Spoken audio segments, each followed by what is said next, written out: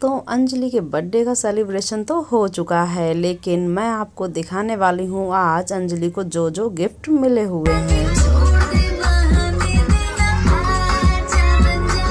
अंजलि बहुत ही खुश हैं और इस तरह से अंजलि को खुश देख करके आप लोग क्या कहना चाहेंगे। और इस वीडियो के माध्यम से मैंने आप लोगों को अंजलि के सारे गिफ्ट दिखा दिए हैं। आप लोग देख लीजिए कि अंजलि के फैंस ने इतने प्यारे प्यारे गिफ्ट अंजलि को दिए हैं। तो दोस्तों कैसी लगी आप लोगों को आज की ये वीडियो, जिसमें आप लोगों ने भी देखा है कि अंजलि को क्या क्या गिफ्ट मिले हैं और इनके गिफ्ट आप लोगों को कैसे लग रहे हैं। So friends, thank you so much.